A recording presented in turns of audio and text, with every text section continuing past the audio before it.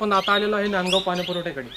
त्यामध्ये आता गेल्या 2 वर्षापासून ही बंद पडलेली अवस्था आपल्या समोर दिसत आहे। नांदगाव तालुका दौंड येथे गेल्या 2 वर्षापासून सहकारी पाणी पुरवठा योजना बंद असल्यामुळे सर्वसामान्य शेतकऱ्यांना पाणी मिळत नसल्याने शेती व्यवसाय पूर्णपणे बंद झालेला आहे। आपण पाहू शकता ही योजना इसवी सन 1950 वर्षापूर्वी स्थापन करण्यात आली होती। या योजनेमध्ये सुमारे 1200 एकर क्षेत्र ओलिताखाली येत होते, परंतु विद्युत पुरवठ्याच्या खंडीकरणामुळे ही योजना डगमळीला आली आहे। काही शेतकऱ्यांनी स्वखर्चाने स्वतंत्र पाणी योजनेची सोय केली आहे, तर ही योजना पुन्हा चालू करण्याची मागणी शेतकरी करत आहेत। विश्वास भोसले, नांदगाव सहकारी पाणी पुरवठा मंडळीचा चेअरमन। आमची संस्था 1950 साली चालू झाली।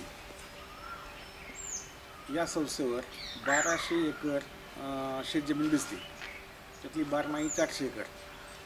पुढे पहिली आम्हाला लाईट 24 तास होती, त्याच्यामुळं सगळ्या लोकांना पाणी व्यवस्थित मिळत होतं। परंतु 24 तासाची लाईट 8 तासावर आली आणि 8 तासावर आल्यानंतर लोकांना पाणी कमी पडायला लागलं। मग आमच्या कमिटीने असा ठराव केला की बुवा ज्याला स्वतःची लाईन करायची त्याला परमिशन द्यायची आमच्या कमांड एरियामध्ये। मग आमच्या कमांड एरियामधनं आम्ही प्रत्येकाला परमिशन देत गेलो, तर जवळजवळ 99% म्हणण्यापेक्षा आता 100% लोकांनीच परमिशन घेतली।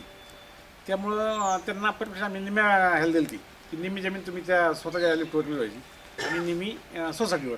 तर पुढं ते सगळे लोक स्वतःच्याच ह्याच्यावर भिजवायला लागली आणि त्यामुळं मग आपल्याला जो दैनंदिन खर्च आहे लाईटचं बिल आणि इरिगेशन पाणीपट्टी ह्या पट्ट्या आमच्याकडून थकत गेल्या आणि त्या जवळजवळ आता इरिगेशन पाणीपट्टी आमच्याकडे 8.5 लाख रुपये आणि वीज बिल 21 लाख रुपये एवढं आम्ही देऊ शकत नाही। त्यामुळं संस्था मग 1 वर्ष ह्या वीज बिलामुळे बंद पडली।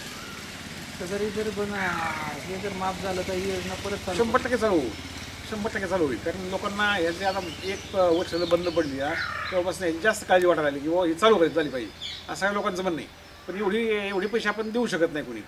शासनाने आपल्याला मदत केली ह्या दोन्ही ह्याला, तर मग आमची संस्था पुन्हा चालू होऊ शकते।